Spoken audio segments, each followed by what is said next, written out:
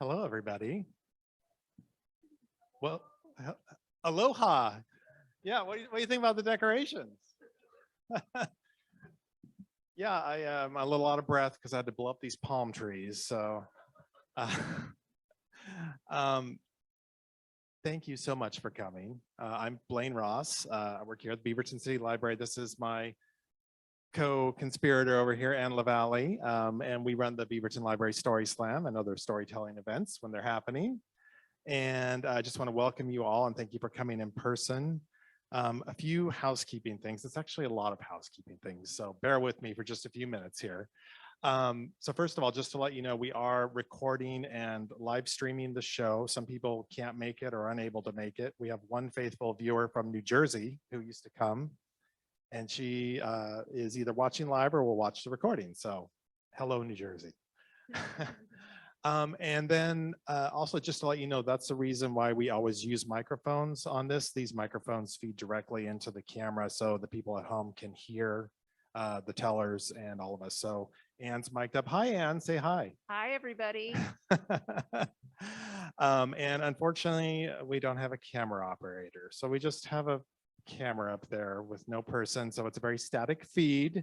But that's okay. It's a pretty good view, I think. So hopefully everybody out there is fine with the view. Okay, so we might still get some stragglers. We have a door open over there. If for any reason you need to leave during the show and you go upstairs, just on your way out, we don't have a volunteer tonight either. So just make sure if you go out the doors that the door closes behind you and you can't open it back up. That would be great. I don't think anyone's leaving though. So let's see what else. We can talk about the rules in a second. Cell phones, everybody's probably silenced those. I don't know if I've done mine. Mine's over there. What else, Ann? You know, I like to forget things. No, I'm trying to think. We're going to be taking some photographs. Oh yeah, we'll probably take some photographs. Oh, and then so hopefully the recording will eventually get onto our YouTube site. I have my own site that I put them on, but I would prefer to put it on the library site. We just have to subtitle those, so it takes a little bit longer to do that. So let's talk about the rules, Anne. Wait a second. Who's new here? Who hasn't been to one of our story slams before? Hands high. Oh wow, a lot of new people. Wow. Okay, so we got to explain everything. We've been doing this, I don't know, for a long time now, and we had a 2-year layoff because of COVID. We did our first one again back in December, and then we had a big one in January for the one book. We try and do roughly 4 a year, and usually they're theme based. I try and pick a theme that's really broad. I'd rather have you tell a story and not worry about the theme than not tell a story because you don't think it fits the theme. So keep that in mind. If there's any potential tellers on the fence out there and you don't even think it's a travel story, trust me, it's a journey. Everything in life is. Okay, and so Anne, the stories can be 5 to 8 minutes. That's right. Yeah, and Anne is she's an excellent timekeeper, and she also has a ruthless rattle, which you could hear if you're getting close to the time limit. And we've incorporated a new device into the storytelling, and I'm going to show that device right now. Some of you might recognize this. This is a clock. It's one of the old-fashioned clocks with hands and a second hand. Do you recognize this hand? I do recognize that. Okay, good. And it's down here on the stage for you to refer to if you need it. I think we have 5 tellers tonight. So if you're telling a particularly riveting story, like if there's a boa constrictor wrapped around your neck or something like that, and you're at 8 minutes, we're probably not going to shake the rattle. But if you're still going strong beyond that, and there's no sign of you stopping, you might hear a more emphatic rattle, like it's time to wrap it up. But maybe around 8, you might just hear a little tiny rattle. So. A reminder. A reminder rattle. Gentle reminder. Gentle reminder rattle. So yeah, so that's that. It's right down here if you need it.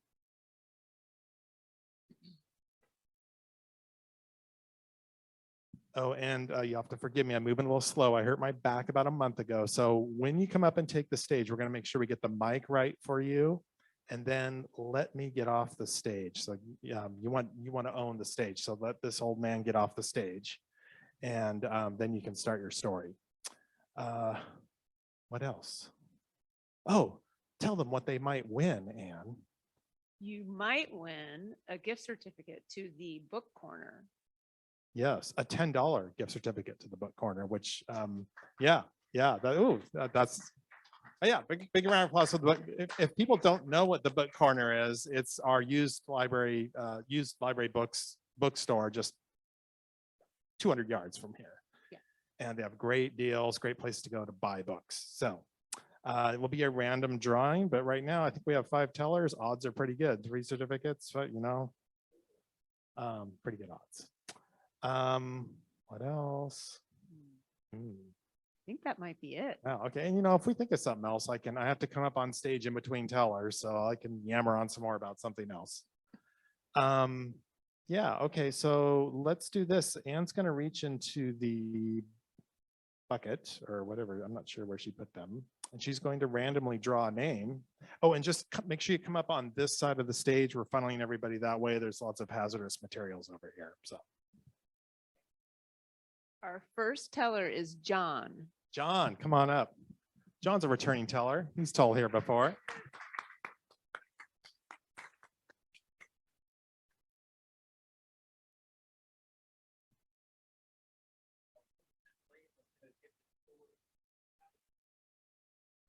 Oh my God.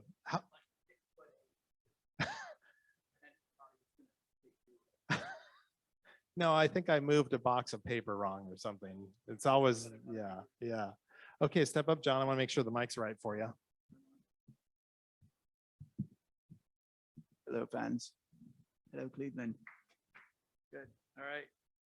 Okay, I'm not smart enough to use one of those clocks, so I'm using this device right here. So hopefully this will help me. All right.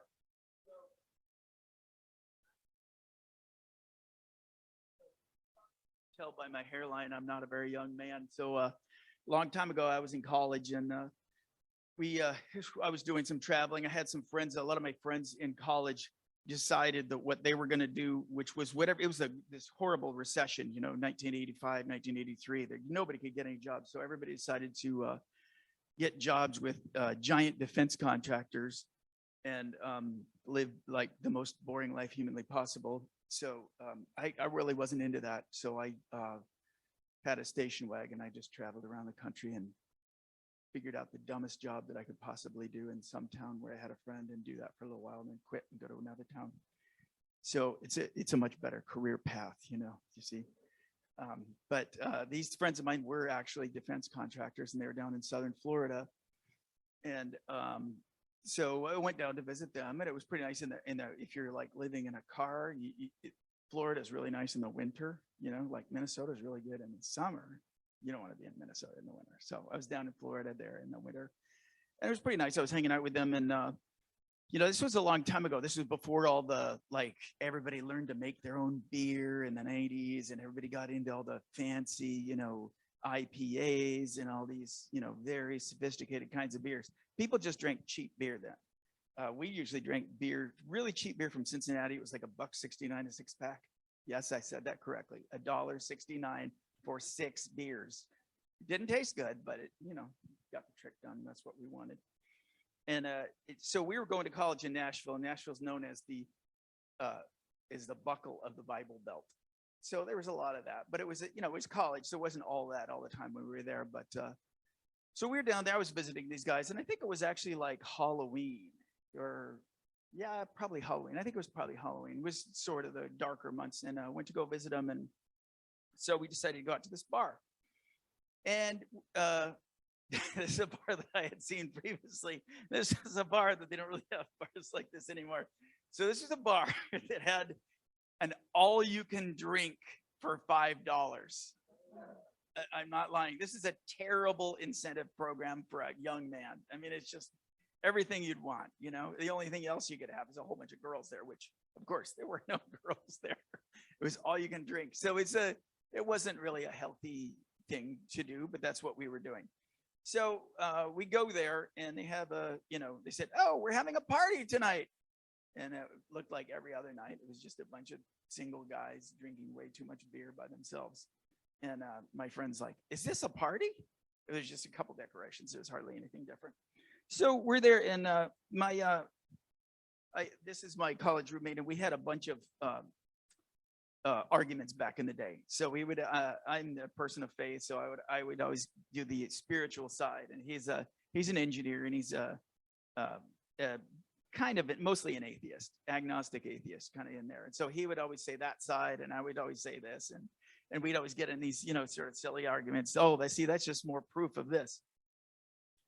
And so we go into this bar, and like I said, it looks like pretty much it's in a strip mall. There's nothing interesting about it. It's just a bunch of single guys drinking way too much.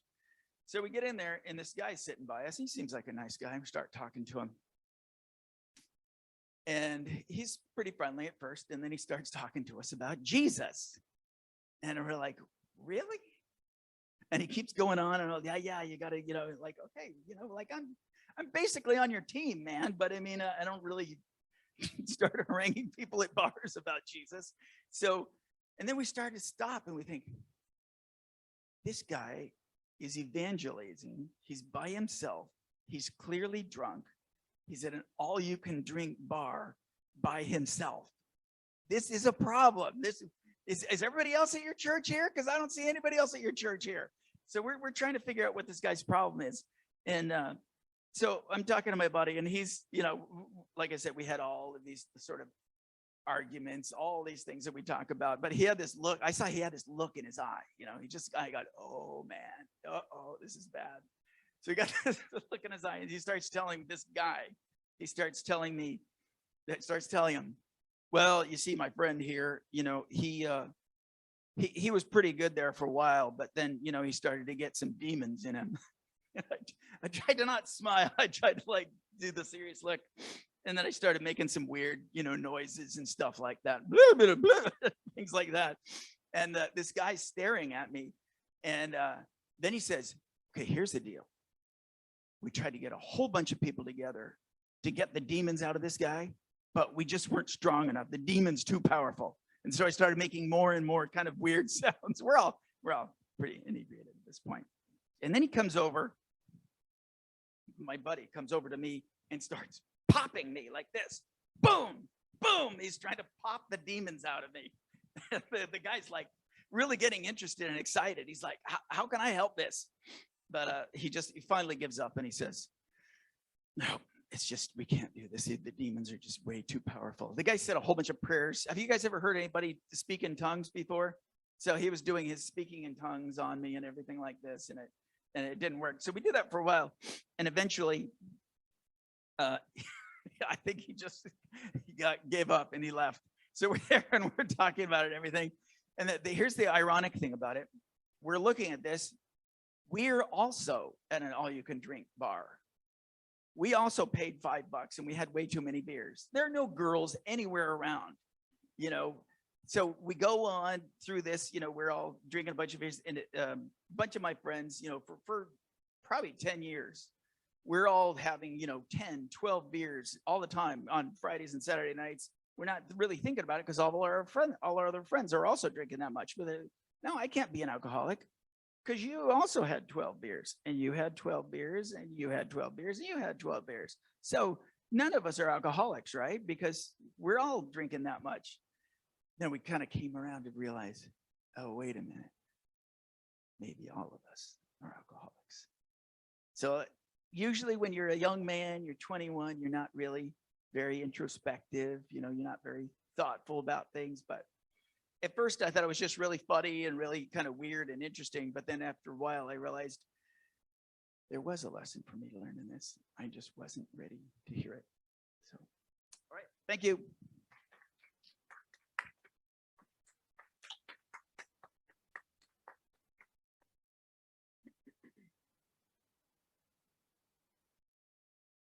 Thank you, John. Nice job.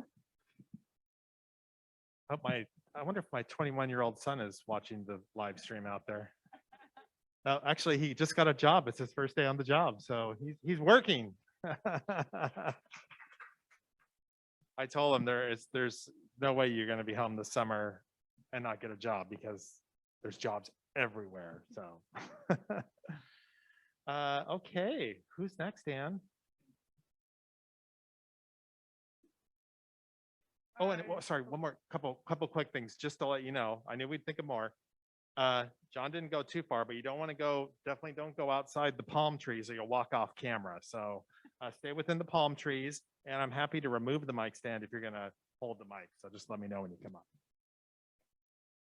Our next teller is Judy. Judy, come on up.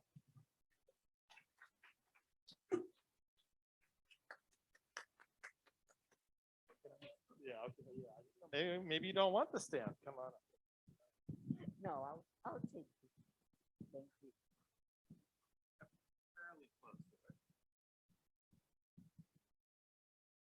Okay.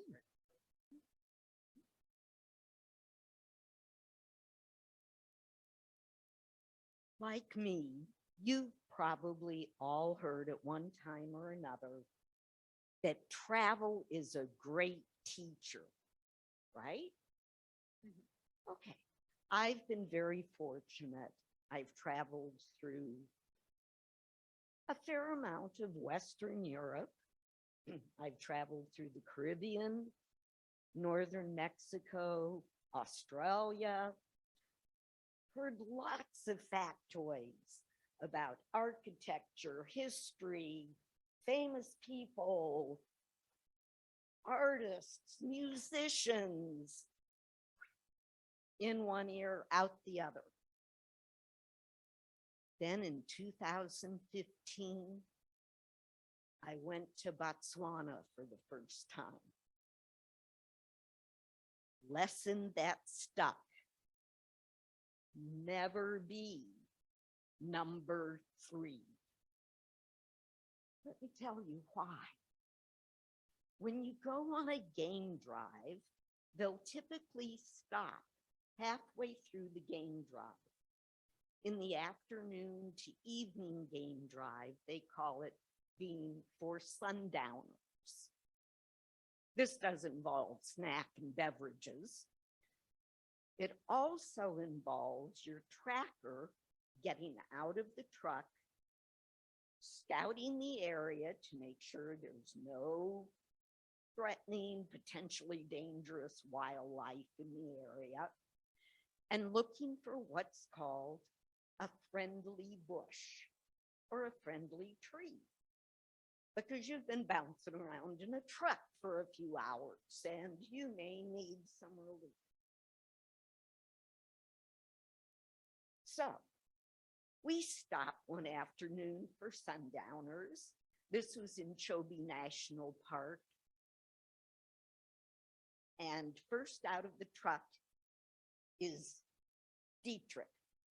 He goes dashing off. He comes back. My traveling companion, Kathy, goes off behind the friendly tree. She comes back. Meanwhile, our tracker and driver is setting up beverages and snacks.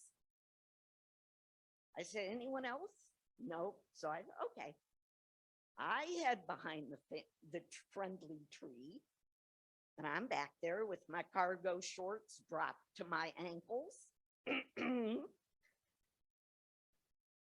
And danged if all of a sudden that truck full of all my co-travelers doesn't pull up about 4 feet to my right. Hi. And our tracker says, Judy, get in the truck. Well, I'm almost done here. Judy, get in the truck. I'm coming. I get in the truck. He makes a large circle, goes to the far edge of this clearing. We all turn and look. And a trio of lionesses walks through not 6 feet from where I had just been with my dropped cargo shorts.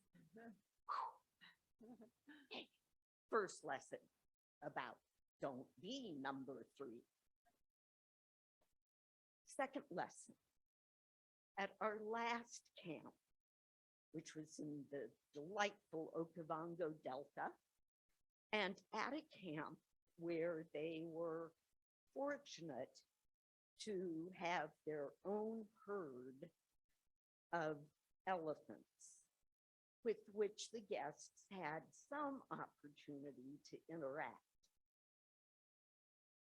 One of the elephants was an 18-month-old. When we first arrived,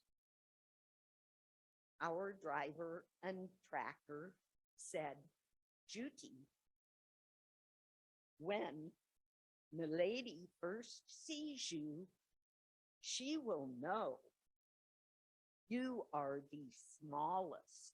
Remember the mic? You are the smallest in your herd. She will think you are here only to play with her. An 18-month-old elephant is not a tiny thing, let me tell you. So I was always very cautious. I always kept an eye on where the lady was. And all went well for the 2 days we were there. On our last morning, on our way to the airstrip, Kathy and I were picking up one other member who was going to be flying back to the airport, to the real airport with us. And our driver asked if we would like to help the lady's handler get her used to being hand-fed treats by the guests. Well, of course we would. Being around the elephants was why we were there. The night before, Kathy and I had actually slept in a marvelous bed under the stars, directly adjacent to the elephant boma. Of course we'd like to help. So we did. The other woman, Jennifer, came over and she first hand-fed the lady treats. Went beautifully and the lady was so well behaved and so happy. And Kathy hand-fed her about a third of the treats. Went marvelously and the lady loved Kathy. I went over and I was number 3. I also was going to have the last of the treats. I was aware of this. So while there were still plenty of trunkfuls of treats left, I started having very serious conversations with the lady and explaining to her, well, sweetie, this has just been delightful and I so appreciate how well behaved you've been. Aren't you being good? Here, have some more. But you know, there are only a couple more. Oh yeah, look, all the way up my arm. You're so silly. Good, we're all only a couple handfuls more for you though. I was trying to explain to her, ease her into the idea that the end was soon in sight. She acted like she thoroughly understood what I was saying. You know, elephants are highly intelligent. I had no reason to disbelieve. I did have more sense than to turn my back on her to walk over to the truck to go to the airstrip. But as I started slowly sidling away from the lady after I had given her and explained to her, now this is going to be the last trunk full. There you go, sweetie. What a good girl. Thank you so much. Slowly idling away.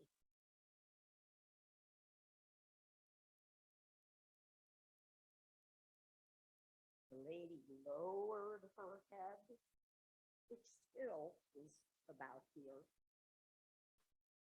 and came charging at me, and bam, knocked me on my bum. So what's the lesson? Never be number 3.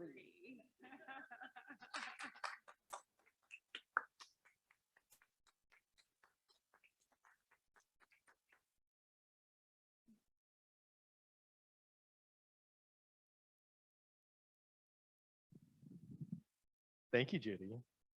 Either that or don't be the last, maybe. Oh wow, I gotta readjust this here. Okay.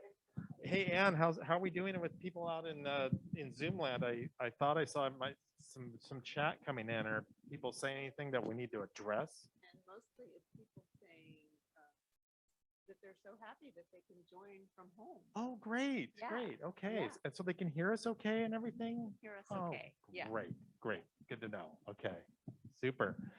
Quick little promo while I'm thinking about it. Since we have so many new people here tonight, we do have 2 clipboards out in the lobby, and there, if you want to be informed, if you're not on the email list to know about future storytelling events, you can sign up your name and your email, and I send emails just to let people know about the events. It's always on our event calendar, but I let people know usually about a month ahead of time and give them a reminder. So if you want to get on the list, sign up and I'll put you on there. And there's also one for poetry events too. We're working on expanding our live poetry. And so if you want to get on a list for that, or you're interested in telling poems or reading your own poems, we'll let you know about upcoming events with that. So, okay, Anne, another name from the hat, please. Our next teller is Sierra. Sierra, come on up. Sierra's a new teller. We have some young blood here. This is great. Are you going to use the microphone stand, or you want to? Okay, all right, let's step up and.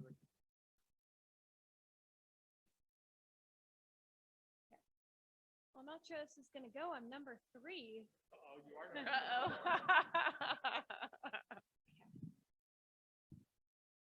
Alrighty, hello everyone. So the story I have to bring to you is actually a story of me and my friend. We met back in 2020, so wow, time's actually really flown. I thought it was like a couple of years now, but it's only really been 2. We met at a D&D convention. There was a local game store, and she was a DM there, a dungeon master there. And she had us use Discord. It's like a social media platform. And that way we could tell if we were going to be late. And one thing led to the next, and sure enough, soon we were really close friends. Thick as thieves, you might say. Sisters for another mister almost. And so we decided to go on a trip. First trip together, we're gonna have a lot of fun. We're gonna bring her dog. It's gonna be great. We decided to plan this for the summer of 2021. Now, I don't know if you remember the summer of 2021, but everything was on fire. And if it wasn't on fire, it was about to be on fire. So maybe we should have right then and there just said, all right, we'll wait till 2022. But we weren't very smart, and we decided that we were gonna go on this trip anyways. So we get in our car, we're heading out, and the interesting thing is that we are going to the other side of Oregon, where the fires were the thickest. Again, really smart idea here. And there's this town, and so coming to this town, you have this road, and there's kind of like 2 little mountain ridges that come down to this valley, and there's a lake in the valley, and the road kind of comes along through it. And on this ridge here, there's a fire, and it's an active fire, and it's going towards the road. And this is the road we're going to take to go into the town. And so we're traveling. We've been several hours in the car. And let me tell you something, Mad Libs, it's fun for maybe the first 30 minutes. And then it starts getting a little old. So we're traveling. We're driving in the car. And we've got her dog panting in the back seat. Dog breath, not a great smell, not a great air freshener. Don't recommend it. So we come down, and by this point, it's starting to get to nighttime. And we make our way into like the little valley ridge, the little valley between the 2 ridges. And it's starting to get dark enough that you can see the smoke in the air and you can smell it in the car. And we keep going, and we can see the smoke all along the ridge line to our right. And I'm not talking like, oh, it's like a little campfire, a little plume of smoke. I'm talking like, a good wall of smoke all to our right as we're driving along. And night starts setting, it starts getting darker and darker. And you can see, I just remember looking out to my right, and all along this ridge line, you can see the glow of the fire that's probably not more than 2 miles away from us, all along the ridge line. And probably a smarter person would have gone, this is close enough. Let's just go back. Again, we were not smart people. We kept going. So the next step of our journey, there's this little town. And when I say little, I mean, it's like a handful of buildings, kind of little. And somewhere, right next to this town, there was a road we had to take, and it would kind of go up into the mountains. And then at mile marker 4, if I remember correctly, we had to turn off onto an even smaller road and then follow this until we got to this guy's ranch. The guy had a second cabin that we were staying at. And so we start coming up, and by this point, it's black. It is pitch black out. It's probably like 10 or 11 or so. And so we can't see a thing. So we drive in and we're like, is this the town? Like, there's a building, there's another building, there's a gas station. Like, we're on one side and the buildings are over here. Like, is this the town? This can't be the town. This is too small for a town. So we keep going. We get into the open plains. We're like, we just passed it. That was the town. So we find a way to, get down, turn around, start driving back through, and we're trying to find this road. It took us a couple of minutes, and finally we find the road we have to turn off at. So I think we stopped, pulling the gas station, got some gas because it had been long enough at that point that our tank was starting to get low. So we take the road, and now we're looking for mile marker 4. And here's the catch to this. The road drops off on one side. So she's got to focus on driving us along this very sharp turn in the road. And I'm like peering out the windows trying to see mile marker 4, but there's no street lights. There's no lights at all except for her headlights. So I've got my face plastered to the window trying to see in the headlights the mile markers. We did manage to find it after some driving and after the road kind of going very steeply and much farther than we thought we should have gone. But finally we find the road and we turn off and we start following this new road. And we go down kind of over like a little dip and was like, is this the right place? Like, this is really far out here. We stopped. I think we pulled the car over and we're like trying to like use our maps, the phones on our maps, like see where we were supposed to go. There was no signal. We had no way of knowing. We're like, we'll just keep going. This will work. This will be great. So we keep following this road, and finally we see these rocks that lead up to kind of like, those classic, like in the Western movies, we have the 2 poles and kind of a log across the top with the sign hanging down. That was the entrance to this ranch. We're like, okay, we finally found it. And this place is now thickly wooded. So we're in the woods on the right, on the left sides, the fire's over there, probably won't get burnt. Probably, we'll probably be fine. And we pull up and it's pitch black out. The only thing we can see is their headlights. We have no clue what's in the woods around us. So we're pulling our stuff, from the car into the cabin, coming back out, getting more stuff. Her dog's having fun, just sipping all over the place. And every so often popping out of the darkness and scaring the hell out of one of us. We made it into the cabin. Everything was fine. And we had no more crazy adventures for the rest of the trip, luckily. And we were not scorched to a crisp. That was my travel story.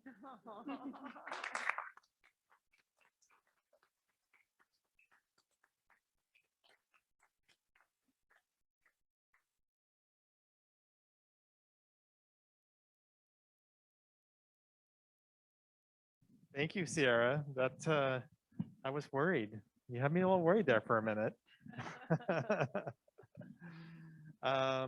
Okay. Who's next?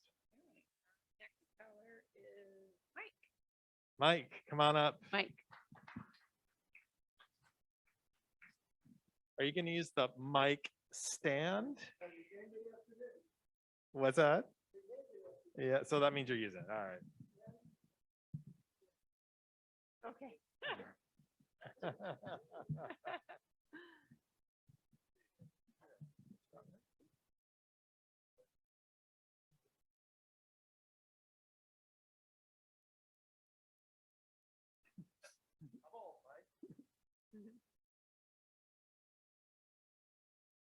The plan was to ride my bicycle all the way down to New Orleans in 1984 for the World's Fair.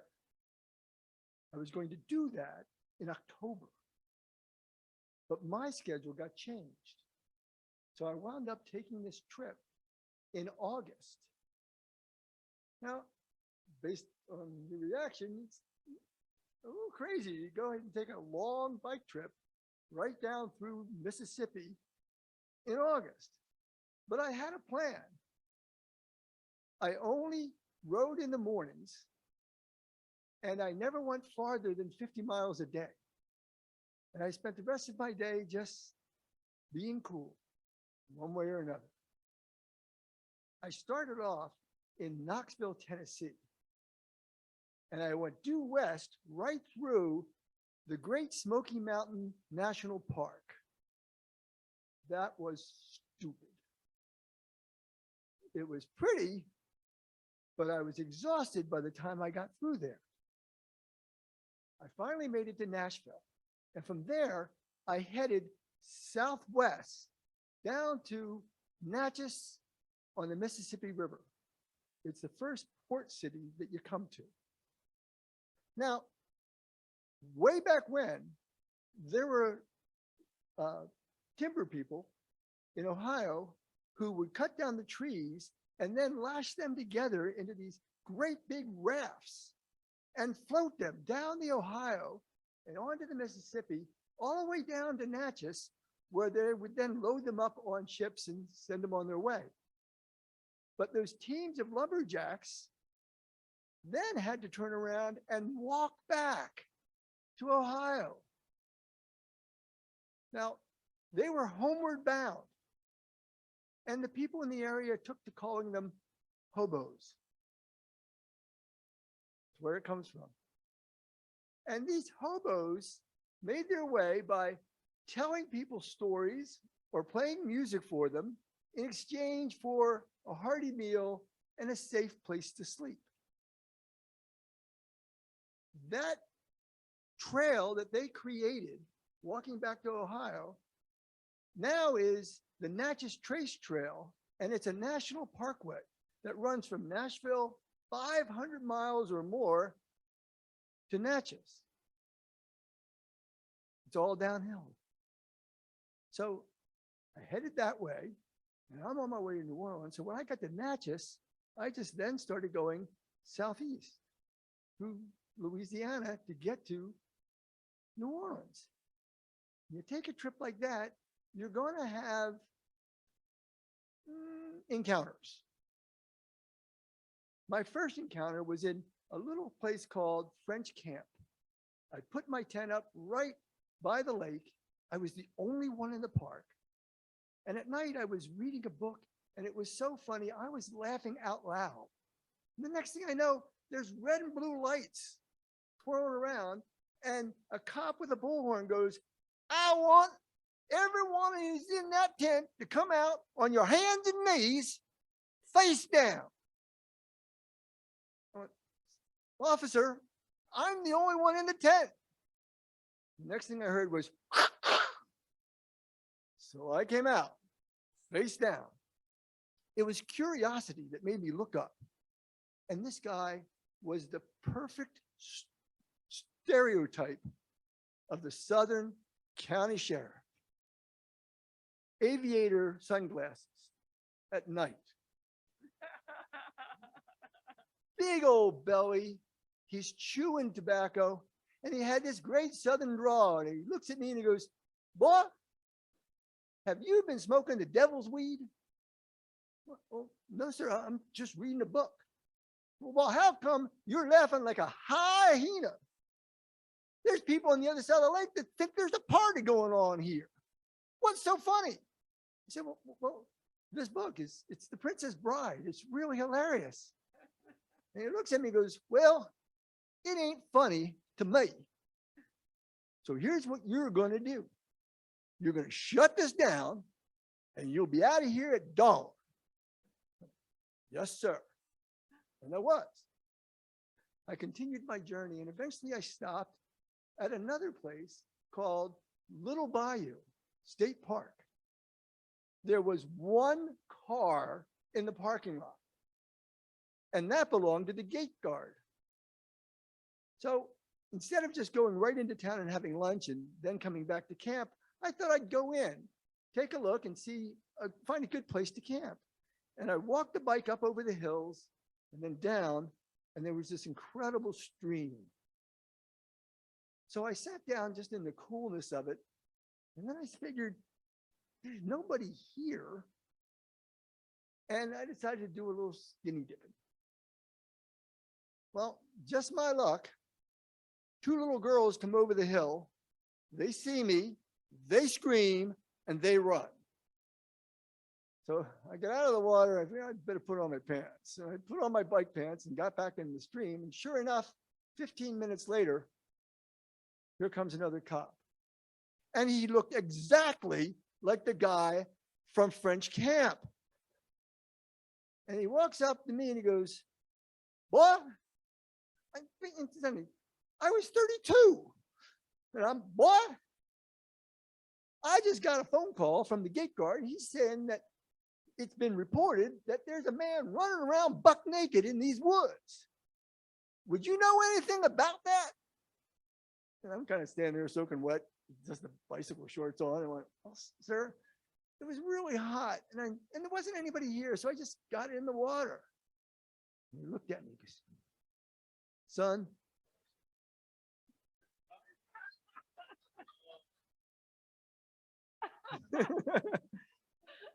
that look is what I felt like." He looked at me and goes, "Son, I'm going to prophesy because I'm a prophet. And I prophesize that you are going to get on that bike right now because what you're doing is against the law. So you get on that bike and you get out of here." And I got on that bike. And when I got to the town, I was just so glad that I was going to sleep in a motel, not a jail cell. So a few days later, I'm riding down and I can almost see New Orleans. I'm heading towards Pontchartrain Bridge. And a cop car pulls up right beside me. And he gets out of the car and I look at him and go, "They must clone these guys." And he walks up and goes, "What? Where are you going?" I said, "Well, I'm going into New Orleans for the World's Fair." He said, "You ain't riding that bike on this bridge. It's against the law." I said, "Well, no, wait a minute. I got a book." And I pulled out a little travel book that I had with me and I showed him that it was legal to ride a bike on Pontchartrain Bridge. And he looked at the book and went, "I don't care about no book. I'm saying you're not riding that bike across that bridge until God comes and gets me." Well, I figured I wasn't going to win that argument. I went across the street and I went into a diner, had some lunch, pulled out a map, and figured out how I was going to get into New Orleans. It turned out to be a 30-mile route in a crescent to a place called Slidell. And it's as fancy as the name. The next morning, I go into a diner for breakfast. And the guy behind the counter says, "Well, where are you biking to?" I said, "Oh, I'm going to New Orleans for the World's Fair." And he just started laughing.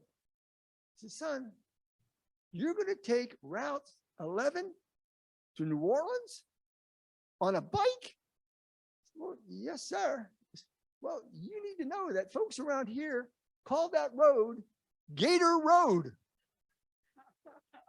And then he walked into the kitchen. I figured he's joking. I get on my bike and 2 miles later, here's this really professional state sign that reads, "Gator on road, stay in car." I can't quit now. I'm so close. And I'm thinking, this would be a great story about how I died by gator. My friends would love that. But no, I don't want it. So I just decided to go for it. I figured this is going to be flat and I'm going to make it fast. So I headed into that bayou and I actually saw 2 different alligators but far away from me. And all they did was encourage me to go even faster. So finally, I got in to New Orleans. After 3 cops, 2 alligators, and 750 miles on a bike, I got to the World's Fair. It was a wonderful trip that I'll never forget and I'll never repeat. Thank you.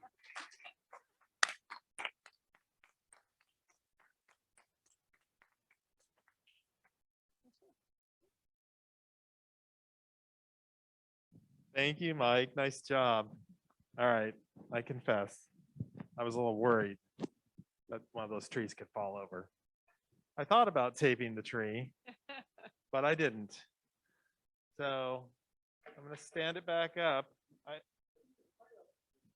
Yeah, the pineapple didn't, you know, and we got fresh cooked lobster and crab up here too. I know the people at home can't see it, but you know, if you had come, you'd be here for the crab feed. So maybe next time you'll come. Yeah, so anyway, I didn't tape it. I know we only have 1 tower left. I know she's a brave woman. So I think that she's willing to take a risk that the tree won't topple on her again. But am I correct? 1 tower left? We do have 1 teller left. It's Andrea. Andrea, come on up. I think there might be a slight leak in the tree. That may be what's going on. So It's looking a little droopy. it's drooping a little bit. Yeah, the parrot stayed in the tree though. I did use some tape on the parrot. I'll confess. We would never hook you, Mike.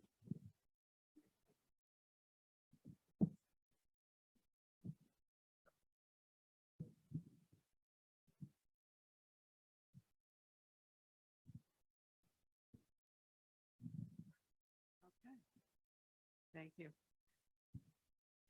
First of all, I have to say my story is about snow, so these palm trees kind of are, I think, very interesting. And also to the lady in New Jersey, I was born in New Jersey, so hello. Anyway, okay, so my story. Just to let you know, I'm going to tell you up front, I thought I was going to die up there on that mountain. It all started when my sister Heather and I decided to get in a car and drive to Provo, Utah, where my sister Sheila was going to school. And Sheila's in the audience, so hey, Sheila. We loaded up my 1965 turquoise Chevy Chevelle and headed west to Provo. When we got there, Sheila said, I gotta get out of Utah. So let's go to Boulder, Colorado, where our cousin Doug and his wife Joyce lived. We'd already traveled 815 miles. What was another 425? So we got in the car and headed east on Highway 80. Well, we left late in the evening and we drove until we got tired. We started looking for a place to sleep. Fortunately, we found a campground and we pulled into this campground. There was no lights on and it was late. And so we're just going to pull into an empty campsite and sleep in the car, which is what we did. Well, in the morning, there was a knock on the driver's side window by this creepy man, and I'm still half asleep, and I opened my eyes to see this very unusual man, and I rolled down the window, and he said, welcome to my campground. This was not a national park. This was not a state park. This was Dave's campground. Anyway, he said it was going to be $16 a night. And if we wanted to take a shower, he would go turn on the hot water for us. And we said, sure. So we watched Dave walk away. And as we were sitting in the car and Sheila and Heather are now awake, we started looking around and there is not one other car in this campground, nothing. And we looked at each other and we said, we are not getting out of the car, let alone take a shower. So as soon as Dave was completely out of sight, we turned the car on, turned it around, headed out of the campground and back onto Highway 80, heading east to Colorado. Well, we did make it to Colorado safely. And Doug and Joyce were very excited to see us. And in the morning, we told Doug, we would really love to go skiing here in Colorado since we're here. And Doug said, well, I have a friend who owns a ski shop. So you can get the rentals for a really good price. So he said, oh, this is absolutely perfect, absolutely perfect. So we went to the ski shop in the morning and we rented skis, boots, poles, gloves, goggles, and 3 all-day lift passes for Sheila, Heather, and myself. Now, I'm the oldest of the sisters, and I don't know anything at all about skiing. I'd never been snow skiing before, but no problem. Sheila and Heather were very experienced in this area, and they assured me they would teach me everything that I needed to know. I said, great, that'll be perfect. So we get all this equipment and we get in the car and we head up to the mountain. And as we're driving, I'm envisioning what's going to be like when we get there. We're going to get out of the car and we're going to get all of our ski gear on and we're going to head up the mountain on the ski lift. And then I, who's going to be taught by my wonderful sisters, I'm going to spend the day effortlessly skiing down the slopes with my beautiful long auburn hair, which I had at the time, beautiful long auburn hair flowing behind me as I look at the snow-covered trees and drinking in the crisp, cold mountain air. That's what I had envisioned. That's what I thought was going to happen. That's not at all what happened. We got there and we pulled into the parking lot of the lodge, and my first tip that things weren't going to be exactly the same with the fact that there was no snow on any of the trees. But we got ourselves all decked out and we went and we got to the ski lift and we took the ski lift up. And when we got to the top, we got off. And now remember, I know nothing at all about skiing. And Sheila and Heather, who are experienced, gave me a few tips about what to do. And then we decided which slope we were going to go on. There was 2 choices. There was the bunny slope for the beginners, and there was the extreme slope for the more experienced, which of course, this is a no-brainer. We're going down the bunny slope. And so we started to go down the bunny slope, and that's what we did. And you know what? I actually was skiing pretty good. I thought this is really great. And everything was working out pretty great until the snow ran out. I mean, literally the snow on the slope ran out. There was a line of multicolored flags that barred us from going any further. On this side of the flags was snow. On this side of the flags was blacktop. And I'm like, okay, I don't know what we're going to do here now. We can't ski on blacktop.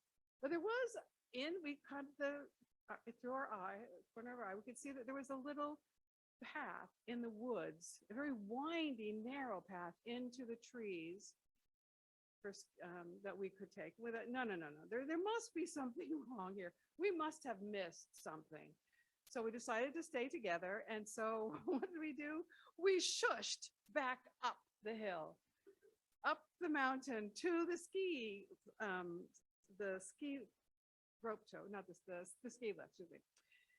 And sure enough, there was 2 signs, bunny slope, extreme slope. And we watched people get off of the ski lift and ski right down the slope that we had just shushed up. So we thought, well, maybe there was some other kind of path that we missed. So we go back down that same path, that same slope.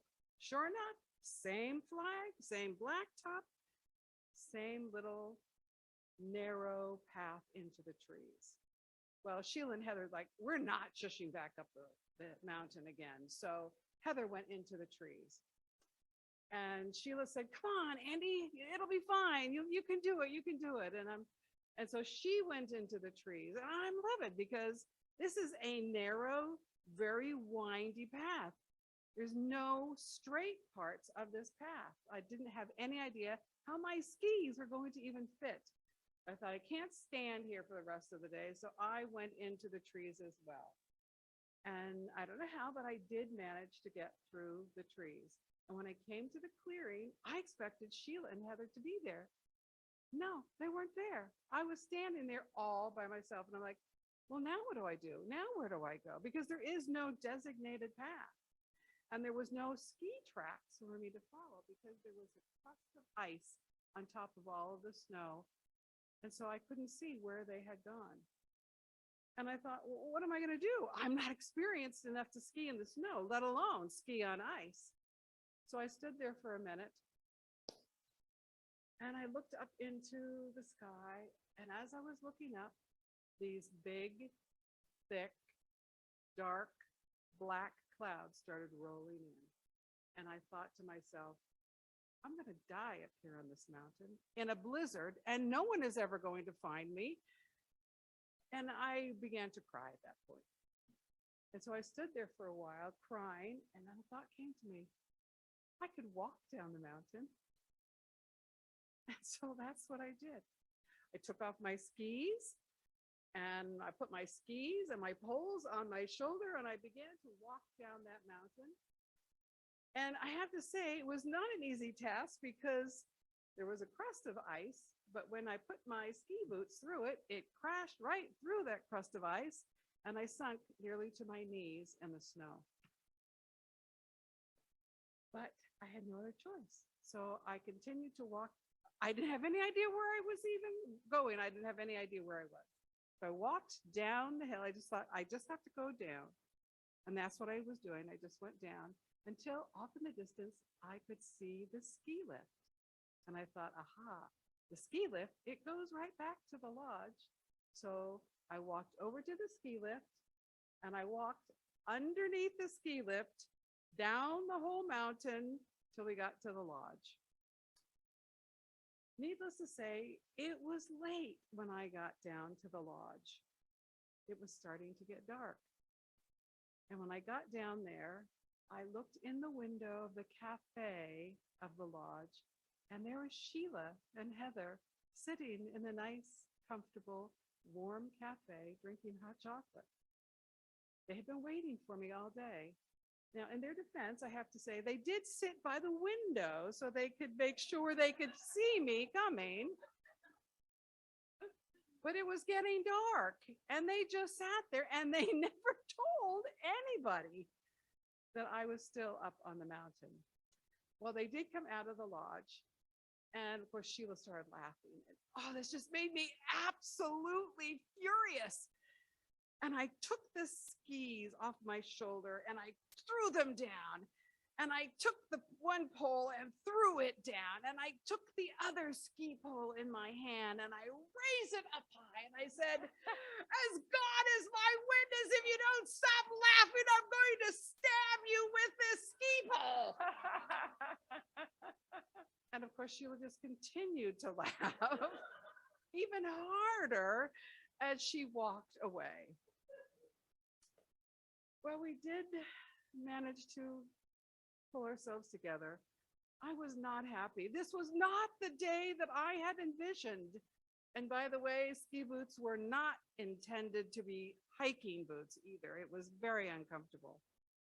We did manage. I didn't die up there on that mountain, which I was very grateful for. But then I remembered I had paid for all of the equipment and the ski rental passes, the ski lift passes for the whole day for all three of us to go up that mountain once. And that just made me even more mad. I was just really, really furious. But like I said, I did not die up there on that mountain, but I never went downhill skiing ever again.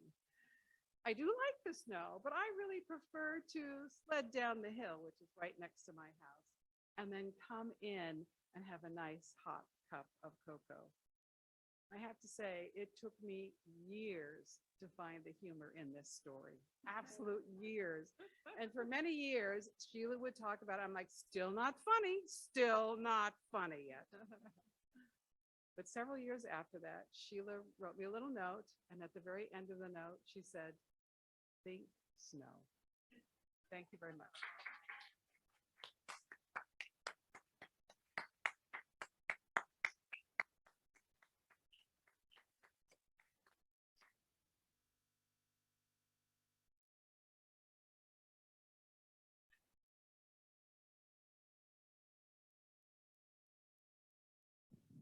Sheila. I know. You and her, yeah. Where's the other one? Only one. Where's the other sister? Is she? Oh, I'm sorry. Yeah. Nice job, Andrea. Well, I'm kind of wondering if anyone else might be wanting to tell a story. this has happened before. I love to tell this story. The first time we had a story slam here, the very first one we had, Anne remembers. Oh, yeah. Nobody signed up. We had, you did. Jackie was one of them. We had to cajole people. It was something else. But by the time it was over, we had 6 to 8 people on the stage and it was fantastic. And here we are. I think some storytellers were born that night. For sure. Yeah. Yeah. One's right out there. She's not telling tonight, but yeah, for sure. And well, if you're offering. Oh, Jackie's coming up. Oh, I knew we could guilt her fantastic. into it.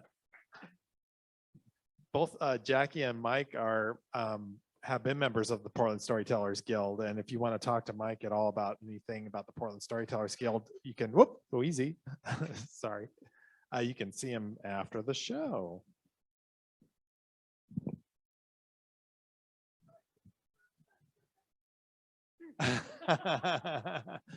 Are you going to use the mic stand? Okay, let me shift over here. No. Okay. Well, as I said, the first time I ever got up here, I can't believe I'm here, so I can't believe I'm here again.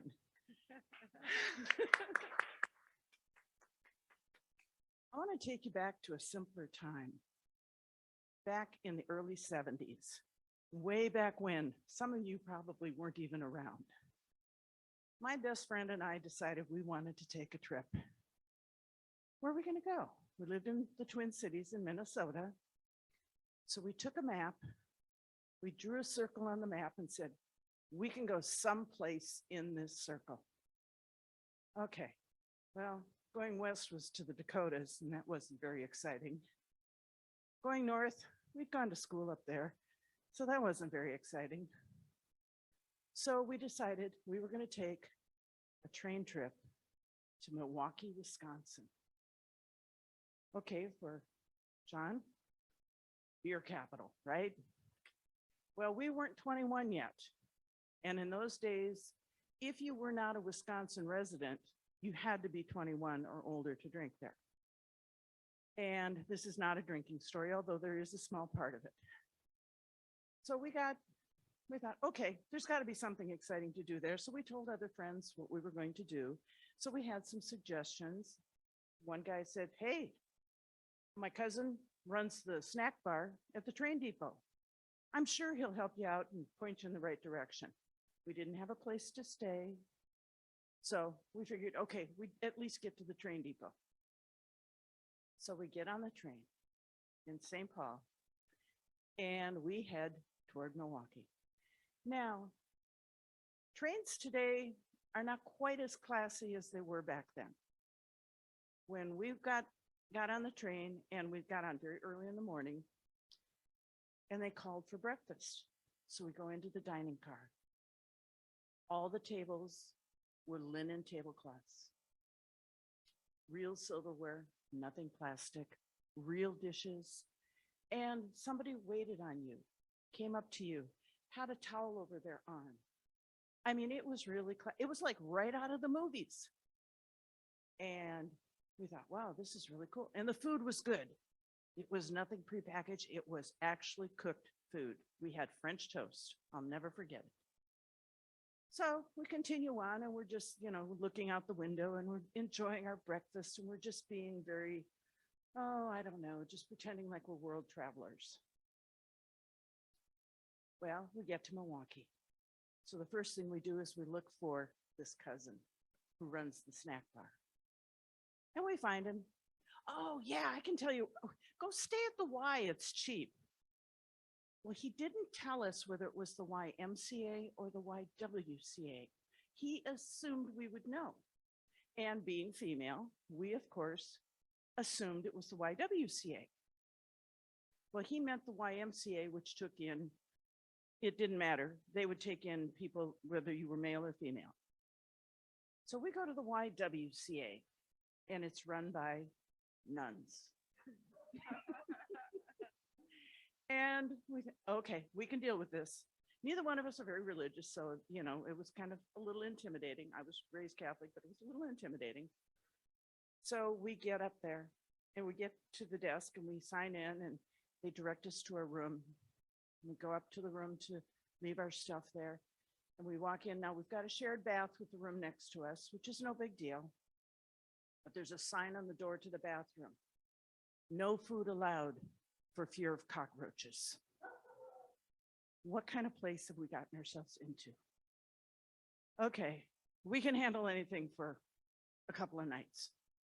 All right, so now we decide, okay, we were told about the botanical gardens. We can go and visit those. That'd be really pretty. It's a very long walk from the YWCA over a bridge to get to the botanical gardens. But we did it. We came back. Okay, what are we gonna do for the rest of the day? That took, you know, a few hours. So somebody had suggested to us that we go to this bar. Oh, and by the way, we made sure we had fake IDs just in case. And they had mentioned this bar and it was called, of all things, the Meat Market. MEET, please. So we found our way to the meat. We got all cleaned up and everything. We went to the meat market. And we get in and show our fake IDs, no problem. So we're having a good time, meeting people. And pretty soon these guys, now you got to understand, my friend who I was traveling with, she's a knockout. Big blue eyes, huge white smile, blonde hair. She attracts men everywhere she goes. No exception that night. And here I'm her mousy little friend in the background. So we're in the meat market and we're having drinks and we're sitting at the bar because, well, it just seemed the thing to do. And pretty soon here's this contingent of guys working their way down the bar to us. And then there's these guys over here working their way down to the bar. And then there's this one guy that was right next to us. And so we're talking and we're visiting. Well, the guys over here are getting, you know, a little more aggressive. And they really want us to take off and go someplace with them. And even back in the early 70s, we knew that wasn't too smart of an idea. At least we thought we knew what we were doing. So the guy here, we decided he was Cousin John and he was our protector. So when these guys got too aggressive, Cousin John said, you know, Aunt Martha and Uncle George said I was supposed to keep an eye on you guys. Come on, we better get going. They're waiting for us. Okay, so he got us out of the bar. All right, everything is safe.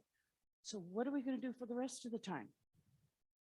Now, storytelling is all about sometimes truth, sometimes not truth.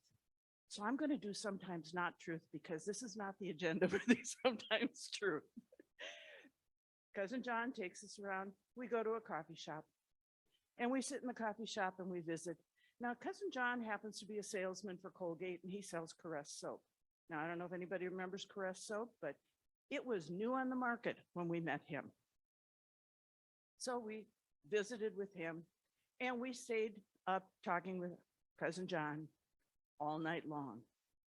Because by the time we finished with coffee, it was too late to go back to the Y because we would have had to knock on the door and wake up the nun that was going to let us in. So we decided that wasn't very cool. So we didn't go back until daybreak. We had breakfast first and then we headed back and we're walking down the streets of Milwaukee. Well, Milwaukee is a port town and it just so happens that there were some ships that were in port. And there were all these sailors walking around the streets in the early hours of the morning in downtown Milwaukee. And so we're walking along. My friend, bless her heart, starts speaking to me in French. Now, I don't know a lot of French, but we managed to hold on a conversation with one French word here, one French word there. Whenever we met a sailor, we spoke only French to them. So of course they couldn't communicate with us, but they thought it was really, hey, I met these French girls, this is really cool. And so we got back to the Y, knock on the door, because they still aren't open, but at least it's morning. We knock on the door, they let us in and they say, oh, you've been out early. Oh, yes, we've been out for early, and we're just going to go change and head to the depot so that we can catch our train home. And we slept on the way home because we obviously did not get much sleep the night before. And whenever Wendy and I talk about this trip, like I said, it was gentler times, kinder times.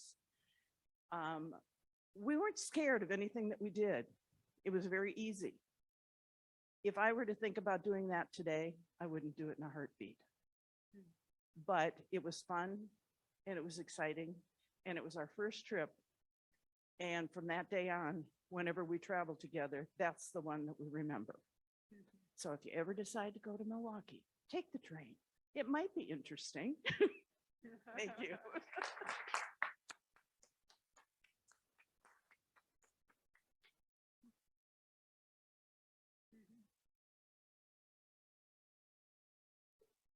Thank you, Jackie. Thank you so much. I love traveling by train. I miss it. I've done it in a long time. I hate traveling by plane. That's pretty easy to do. All right. Is there, I don't know, what time is it? I don't even know what time it is. It's 8:20. 8:20. Okay. I mean, if anybody else was thinking about it.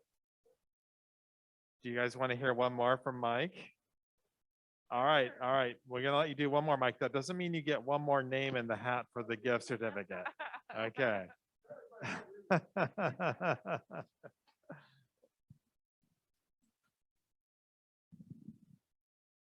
And who knows? That tree may or may not fall down on you again.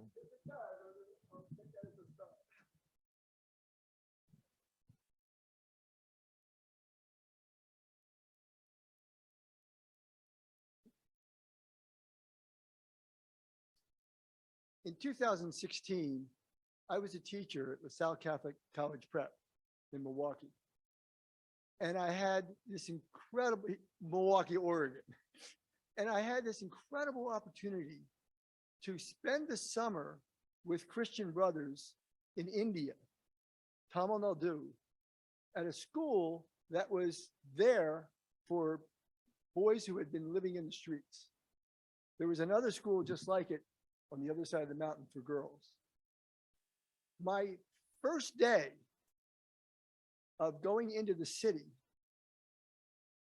I got a driving tour from one of the brothers, and then he showed me the clinic that I was going to be working in. I was a health teacher, and I was going to kind of be their medic for a while for kids on the street. And I really wanted, more than anything else, was to see the shrine of Ganesh. Because after all, he's the patron deity of teachers and storytellers. You can't mess with that. I knew that it was in this incredible temple.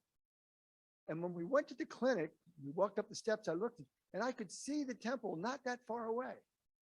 So I told him how much I wanted to go see it. He said, well, we'll see it sometime. And then later that afternoon, we were going back and we stopped at a store. He needed to get something for the cook or whatever it was. And he told me to stay in the car. It's India. You're not going to stay in the car. So I got out of the car and here comes two boys with an elephant. And they've got a stick like that in the mouth and directing this elephant, and it's all jeweled up and everything. And I'm just fascinated. So I'm getting my, remember the Canon Sure Shot? I had one of those. I'm getting it out. And just as I get it out, the elephant breaks free from these two boys. And I get three pictures. One is of the two of them falling away, and the elephant in the middle. The next one is the elephant's closer to me. And the third one happened after he had me pressed up against the car. And I had the phone down here, and I went, how American is this? And I took a selfie. Well, when it was up, they came over, they got the elephant. I wasn't harmed. It was a wonderful experience. We smelled. And there was a crowd and they started yelling, "A blessing from Ganesh, a blessing from Ganesh," because Ganesh is the elephant god. Well, the Christian brother I was with called back to the school to tell them what happened. And when I got to the school, the kids were all excited about it. And we just talked about it and talked about it and talked about it. And I said, "Well, what does this really mean? A blessing from Ganesh?" He said, "Well, that means that you have to now do something wonderful for somebody else." Well, okay. Well, a couple of days later, I'm working in the clinic. And it turns out that we had to close the clinic at 2 because everybody else was going to be in a meeting. And I figured what a perfect time to go to the shrine. So I walk down to the shrine and I step into this incredible temple. And I'm looking and smelling and seeing, and my head's on a swivel. I'm not paying attention to where I'm going. And I knock this guy over. He's got a wheelbarrow full of 3-packet essence, incense. And I'm so embarrassed, and I'm helping him out. And I look at him, and he's the most wild man I've ever seen. And my first thought was, this is John the Baptist reincarnated. So I kept saying, I'm sorry. And he just shook his head. And I helped him fill the barrel back up. And then he went on his way. And then I went to other places. And I went to the little marketplace to buy what I needed to go to the shrine for Ganesh. So that meant I needed to get sweet things. I got plantains, jasmine, and incense. And the boys had told me all about this. And they told me that when you give them to Ganesh, you got to make him laugh. And they said, what we do at school is we take the smoke and we blow it towards us instead of towards him. And that makes Ganesh laugh. Okay, that's what I'll do. So I get in line and there's a woman with 2 boys in front of her. And as we get closer, I realize the person who's running the show is the same guy I had knocked over. And as we got closer, I realized that the lady in front of me and the 2 boys had nothing to give to Ganesh. But I figured out just by what they were doing that the 2 boys intended to do a dance. And that was what they're going to do. But I went ahead and I gave each of them a plantain and an incense stick. And then I gave the mom the jasmine. So I had a plantain and an incense stick. And the guy who I knocked over kind of looked at me like, and shook his head. They did their thing. And then when they left, I did my thing. And I left. Now, this temple had a dozen doors, gates, and they all looked alike to me. And I walked out the wrong one. So I'm walking along this really busy street and I figured, well, this is going to lead me to a street that I'll recognize from my driving around and I'll be fine. But it got narrower and narrower. And I looked across the street and there were 2 men following me. And I realized I was the only white guy I could see. I was someplace where I wasn't supposed to be. So I kept walking and they kept following.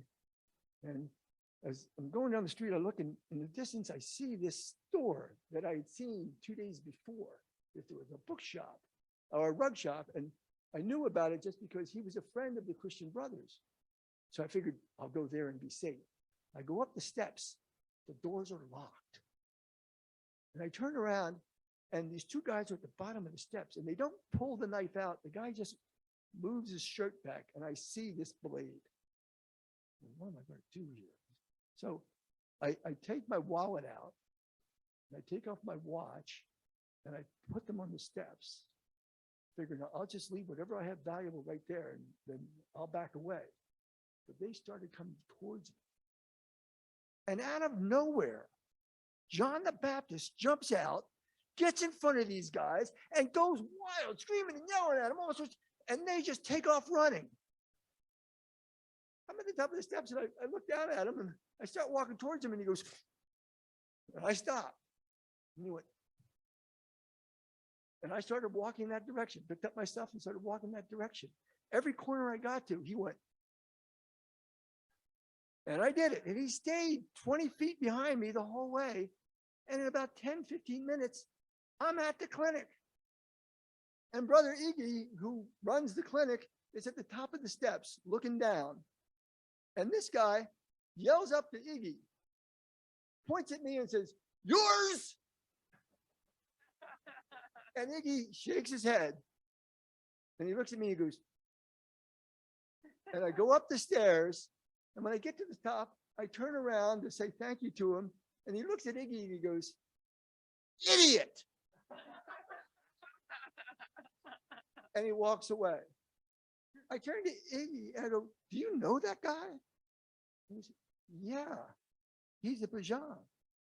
He's the high priest of the Ganesh shrine.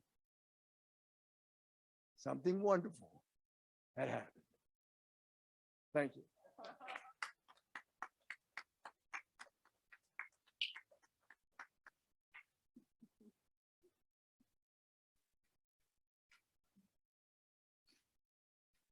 Oh, thank you, Mike. That's great. All right, so before now, you have to ask you this, Ann. Did you put Jackie's name in there? I sure did. Oh, of course you did, Ann. Yes. Okay. All right. So you've decreased the odds for some of these people, Jackie. Hopefully you're happy about that. You better not win. All right. Let's pull a name. Our first winner is Judy. Judy. Oh, right there.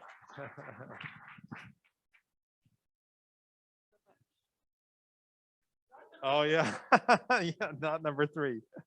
Can I just say that this is the first time we've had 2 stories about elephants attacking? Oh yeah. I know. What is it with I know. elephants? 2 stories about elephants hugging. Right. Hugging.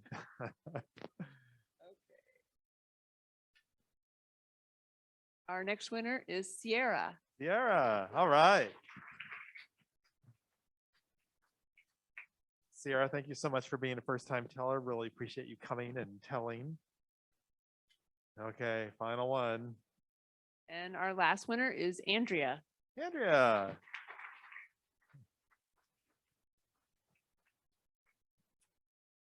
All right. Well, now that all the gifts have been given, I guess that's probably it for this time around. Yeah, we don't have a date for the next one, do we? We don't. There's going to be some events in potentially, well, I will tell you in September, there's going to be a welcoming storytelling event with our friend Sankar Rahman. That'll probably be at the Jesuit High School.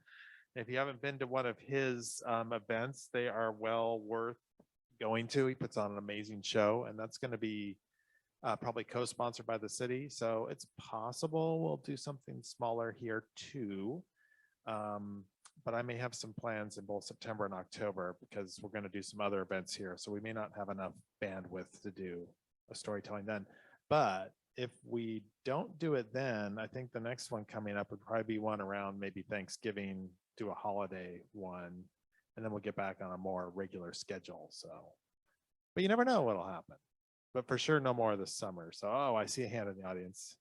Yes, yes. So for the people out there watching, the question is, are we bringing back Art of the Story? So the Art of the Story was a storytelling festival that was part of the Washington County Cooperative Library System. And unfortunately, I don't think it will be coming back. Yeah, it's disappointing. It was doing really well. There were a lot of decisions made. And so, yeah, I can't say never, but I'm going to say highly unlikely. Now, that being said, my plan is to continue doing larger storytelling events here. And as I'm sure you're well aware of, we have the wonderful Reser Performing Arts Center now. So my big goal is to have a major storytelling event there roughly a year from now. And I'm working with the city and the people over at the center to make that happen. So I'm not sure what that's going to look like. But that's my goal, to keep storytelling alive and well here in Beaverton. And I hope you all continue to support. So thank you so much for coming. Feel free to fill out a survey if you want. And if you want to get on the email list, sign up and pick up. There's a summer event flyer out there as well if you want to see what else is going on. So thanks again for coming. Yeah, Have a great thanks. summer. Thanks, everybody.